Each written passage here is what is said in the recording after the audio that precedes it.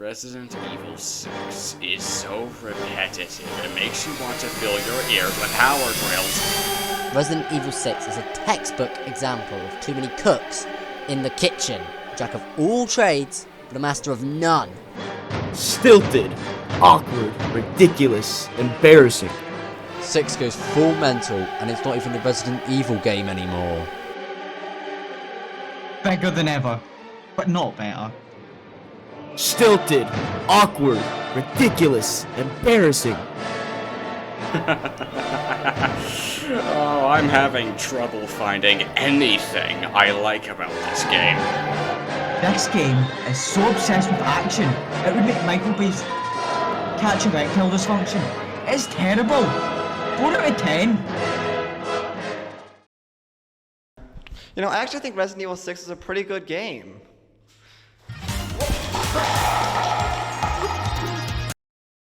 Okay, but let me explain. Resident Evil 6 is a strongly disliked game. If you ask almost any Resident Evil fan what's the worst game in the series, they will most likely say Resident Evil 6. Why is that? Mostly that it's an action-focused game. It tries to do a lot, but it doesn't do that much. It betrays really what the Resident Evil series is built upon.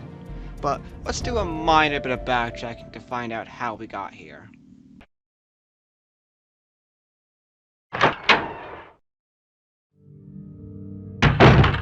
The Resident Evil franchise is a part of the survival horror genre, based around resource management, puzzles, and being a bit spooky at times. It had been that way until Resident Evil 4, which took the series in a more action-focused direction. Although, the action didn't go too far, and it helped actually give new life to the series. And then Resident Evil 5 came out, and had Chris Redfield punching a boulder inside of a flaming volcano. And, you know, at that point, it seemed maybe they'd gone a bit too far.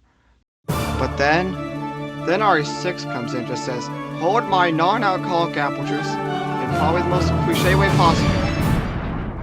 Capcom Evil Incorporated. So a helicopter was creeped by a train. Whoa, that's an interesting idea. And then it's gonna crash into a building. Okay.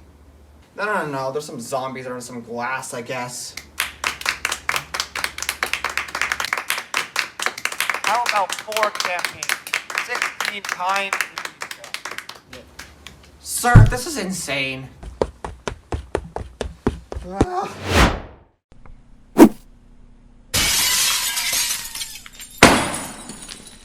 And make it have 1,000,000 QTEs. That's pretty much how I'd imagine they came up with the game. Also, everything that was in there is actually in the introduction. I'm being entirely serious. Although, let's go more into the intro.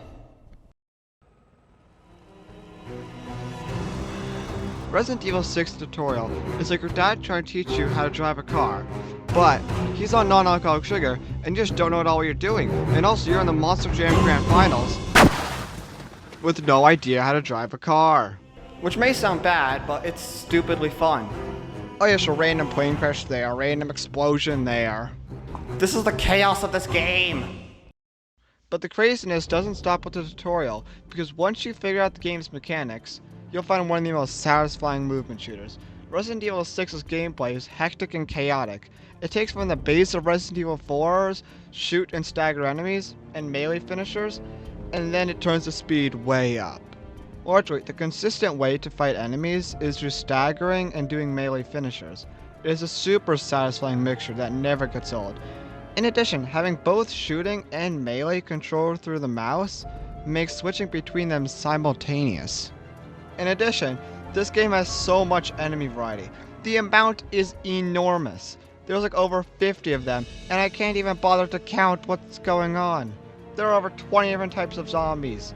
There are people with beetle heads, and there's even weirder people that have bee stinger heads. Why would you put an enemy with a bee stinger? And also, there's an attack helicopter enemy. But wait, there's actually 2 of them. So there's an attack helicopter S in the game, and there's also an attack helicopter L in the game. But my main question is, where's attack helicopter J? Who came up with this? And also, please do give them a raise. On top of enemy variety, A lot of the characters have unique animations and playstyles to make each of them feel different to play. For example, Chris just throws enemies, just tosses them about.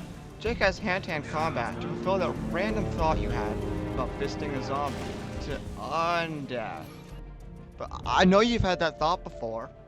Best of all, though, is the special gun Helena has, which has a stump mode into it which is beyond satisfying to use. It's basically a trick mode with auto-aim. Although, I wish the game had taught you this, because I only found out about this through an achievement. If I wasn't so much into achievement hunting, I would have never known about this.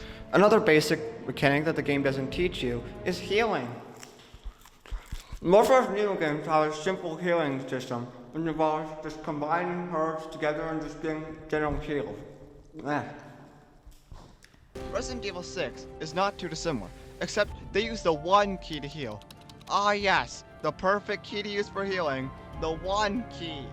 Also, in Resident Evil 6, you don't even have herbs. You have pills.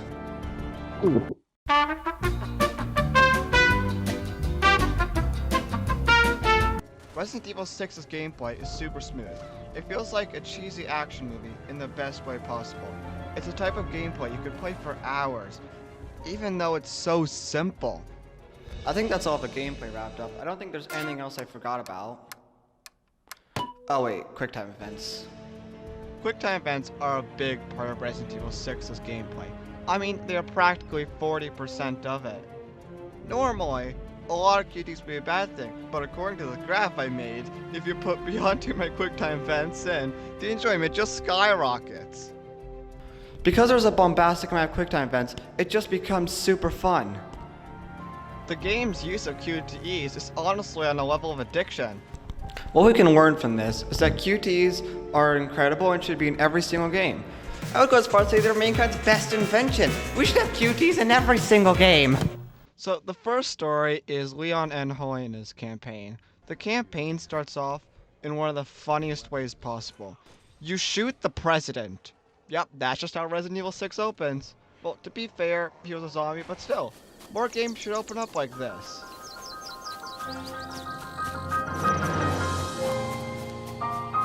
I'll lead an effective strategy to multiply.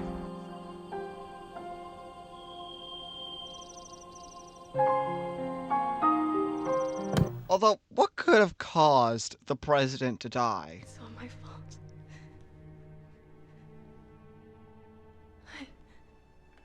I did this.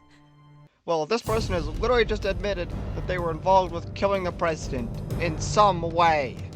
Then she says she'll explain everything in a cathedral miles away. The logical thing to do would be to immediately arrest them, and not go miles away to a cathedral just for them to explain things. Anyway, the first 2 chapters are traveling to a cathedral miles away so that Helena can explain something. And to be directly honest, they are the worst 2 chapters in the game. But still, they don't detract from the overall story.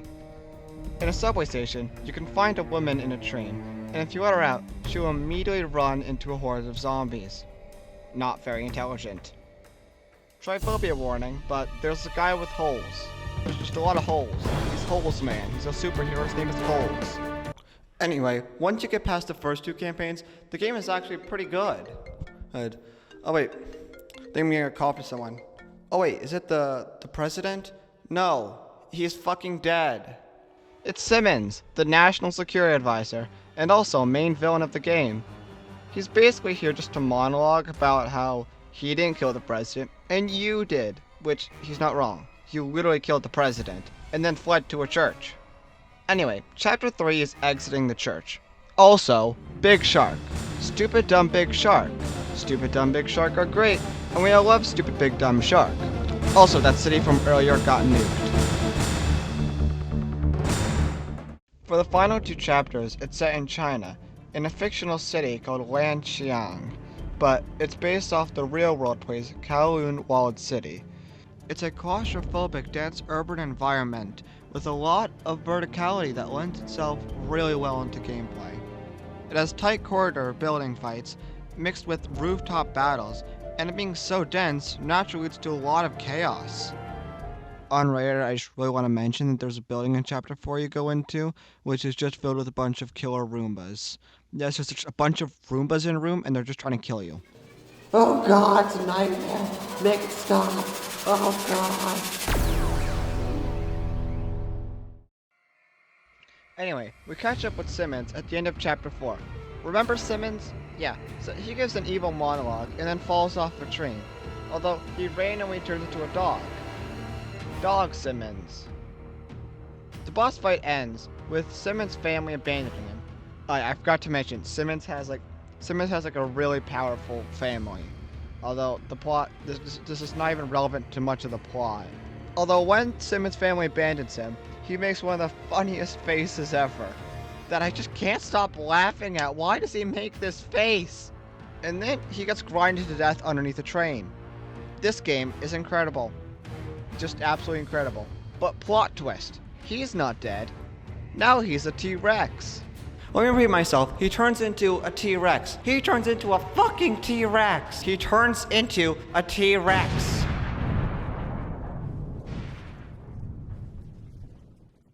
Anyway, after that, he goes back into being a dog, so you have a boss fight hundreds of feet above the ground. Then, you go to the roof of the building and find Simmons as a blob thing now. Although, this is the shortest phase. And after that, it's just as simple as going on a helicopter and, oh wait, did you think Simmons was done? So Simmons turns into a giant moth. And I'm not gonna lie, I like the design a lot. How it appears on the horizon is fairly menacing, and it gives the presence of a final boss. So, after a large fight with a lightning rod for some reason, you get on a helicopter and you get to use the classic Resident Evil rocket launcher. Then, once you shoot Simmons with the rocket launcher, there's an overly dramatic fall onto a spike in overly gory fashion. And then the blood, for some reason, forms the umbrella logo. I don't know why. And that's pretty much the end of the story, except for the fact that there is 3 other campaigns, and that was only a quarter of the game. I'm not going to go into the other 3 campaigns, since it would take too long. And I think I made my point that Resident Evil 6 is a very chaotic game. If you like what you just heard, I would recommend playing the game. Almost all the Resident Evil games go on sale for like $5, so if you pick them up during a sale, it's super cheap. And even though the game is 21 hours, it's fun and it never gets boring. It maintains that similar level of hecticness that just makes it special. Just for proof of the amount of craziness that continues into the rest of the game, Jake's campaign's first chapter has a large Unstanak hopping around a helicopter that you're inside. Chris's campaign ends with a giant skeleton guy. Ada's campaign has a nightmare sequence with scary faces on the wall. Overall, the campaigns are great and match the crazy and hectic gameplay. In terms of side content though, Resident Evil 6 has a great offering. The staple of Resident Evil side content, Mercenaries mode, returns strongly in this game. The already fast-paced gameplay complements the fast-paced Mercenaries mode of prior Resident Evil games, in my opinion, making it one of the best mercenary modes. I still would put the Resident Evil 4 Remake's mercenary mode above it, but still, this is a really good mercenary mode. The other piece of side content is Agent Hunt, which it's fairly alright.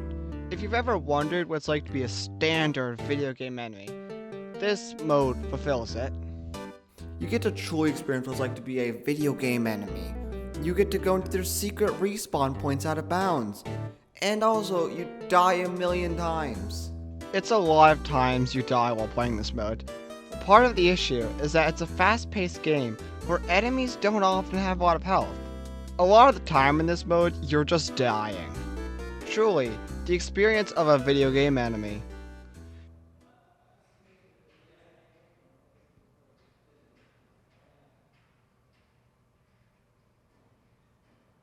Overall, it's a fun extra mode where you die a lot. It adds a lot to Resident Evil 6 being a very replayable game. But I want to address what in my opinion is Resident Evil 6's biggest downfall. Resident Evil 6 is really bad at getting you into the game. I only started enjoying the game when I was 8 hours in, and if I wasn't forcing myself to play it, I probably wouldn't have played more than 5 hours. The game doesn't even teach you basic mechanics. It doesn't teach you how to heal, it doesn't teach you how to use the inventory, and there's so many other mechanics it doesn't even teach you. And pretty much all the tutorial teaches you how to do is to use QTEs. If you stick around for a while, you might find Resident Evil 6 to be a very fulfilling game. Although, you only have a little amount of time to get someone's interest, and it's rare for someone to stick around for 8 hours for a mediocre game. Most of Steam's negative reviews are on the lower playtime, and I think overall, if Resident Evil 6 was better able to show off its mechanics, then more people would be willing to give it a try. Resident Evil 6 is a somewhat niche game. I don't think it's something that everyone could enjoy. If you're a die-hard Resident Evil fan who gets upset over the series taking a bit more of an action-focused direction, then that's fine. Resident Evil 6 is a good game. It's a somewhat hated game, but I think if you give it the time, you'll have a lot of fun with it. And I hope that watching this video has made you at least reconsider the game a bit and maybe go give it a try. To leave this out on one final point, did you know there's a pirate outfit and you can stab people with a bayonet? Hi. This is the outro segment now. As you can see here on the left is everyone who helped make the video in some way. So thank you to all the help I got for this. This video took me a while. It took me 6 months somehow. I'm planning on doing a lot more videos like this, so expect a video hopefully every 3 months now. I'm going to try and get 4 videos done for next year. Okay, so tune in, because I have shit planned. I'm not planning on just uploading one decently good video and then quitting, so expect more quality hopefully. Anyway, thank you. Bye-bye.